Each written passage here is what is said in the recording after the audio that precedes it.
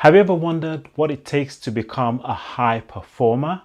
Well, in this video, I'm going to walk you through the high performance habits by Brendon Burchard coming up.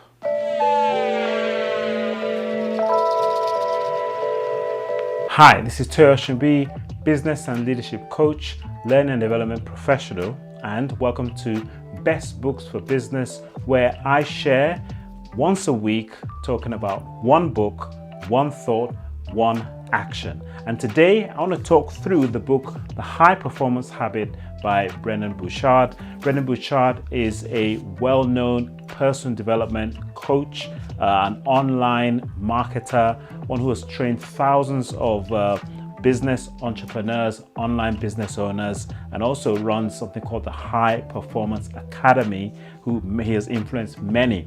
He's also written a number of books, very practical, easy to read books, and the High Performance Habit book is one that I would always recommend if you're a manager, a leader, a business owner, and you're trying to get performance from your team. This is a book that I would pick up, get your team to read as well. It's an easy read. Take it, one section at a time and just see how I'm sure you'll get a lot of leverage from it. What I'm going to do today is, first of all, simply go through the book in an overview in about, let's say, maybe 5 minutes. Let's see what we can do. And then just focus on one specific area. Now, if you're watching this on YouTube, please subscribe and also press the bell so that it can notify you whenever I upload any more videos. I'll do that once a week.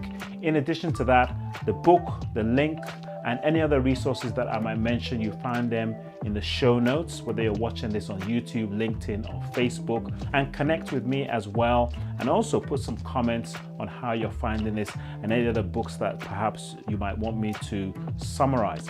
So let's go through, first of all, what is in the book, and just a quick overview so you can really understand the habits that Brendon is talking about. Number one, let me just come over here. So first of all, one of the habits that he mentions is the first thing he actually does is he divided the book into two main segments: personal and then social. And three habits that helps us to become high performers is on the personal side. And the first one is seeking clarity. Now, I'm sure, just like all of us, there's a lot going on. We're so busy. And I think that's a very important one. So I'm going to come back to that. And that actually is going to be our one thought. But let me just quickly go through the other habits so you can get a good overview of this book. The second habit he talks about is generate energy. And I don't know about you, but we're all on Zoom and we're all on screens, and it's so easy for us just to be deflated with our energy. So he gives some really great tips around how we can generate energy and maintain energy. In fact, there's a lot of things I've learned from that.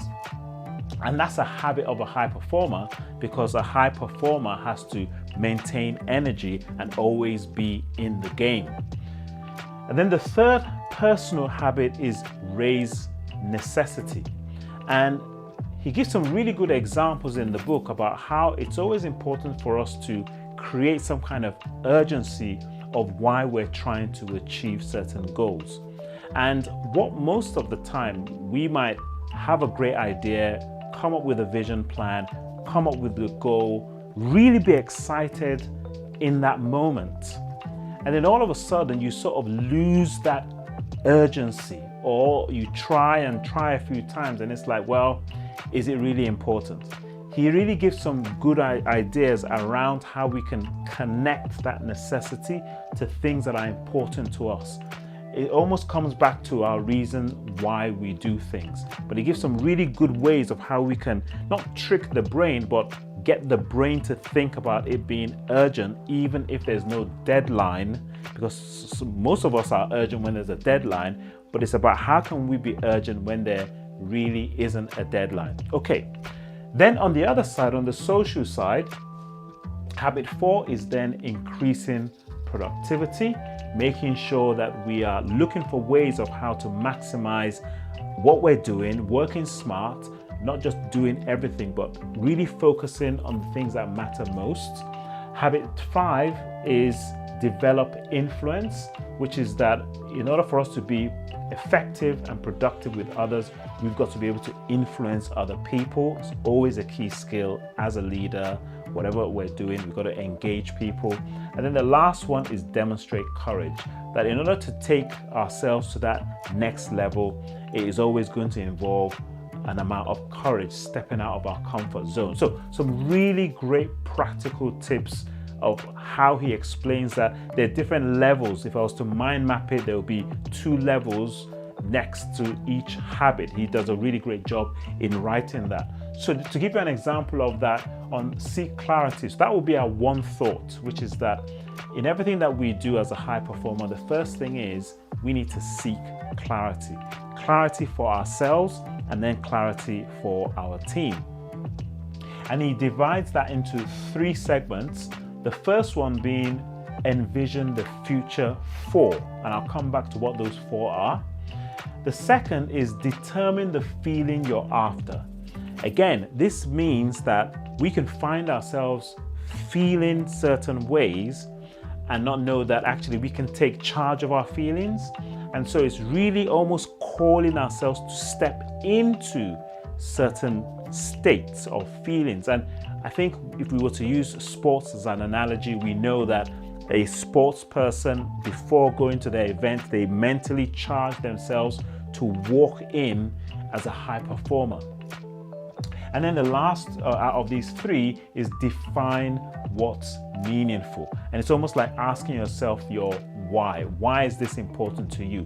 Always coming back to that, having the clarity around what you are doing and why you are doing it. And this is something that, again, if you're a manager or leader, you want to equip your team people to also think this way as well.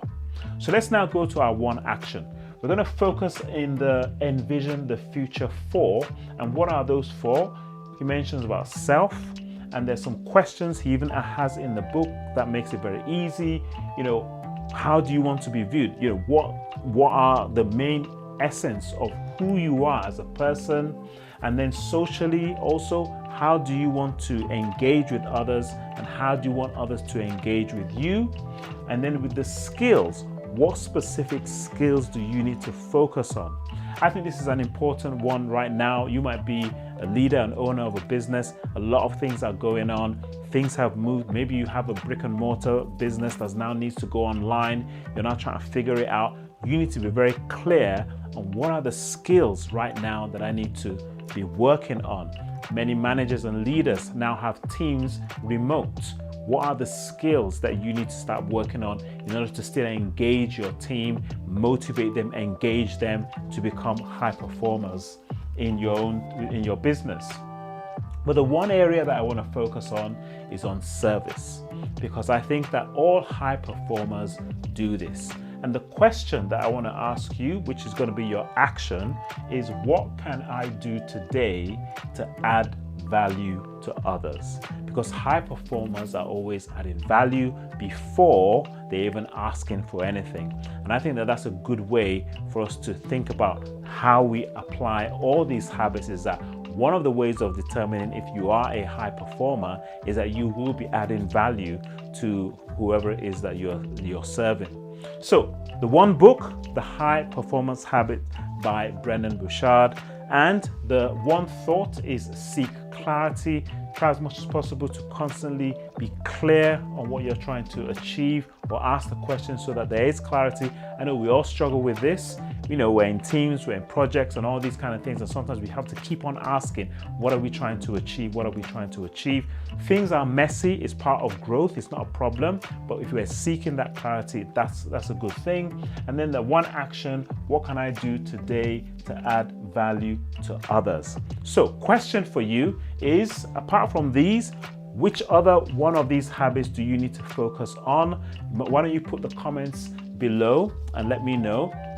In addition to that, you can also download my guide, my reading guide, the 100 Best Books for Business. Download the guide and also click on this link that's below you so you can download that, and I'll send you my next videos on this. For now, this is Toyo Shimbi for Best Books for Business, signing off. Take care.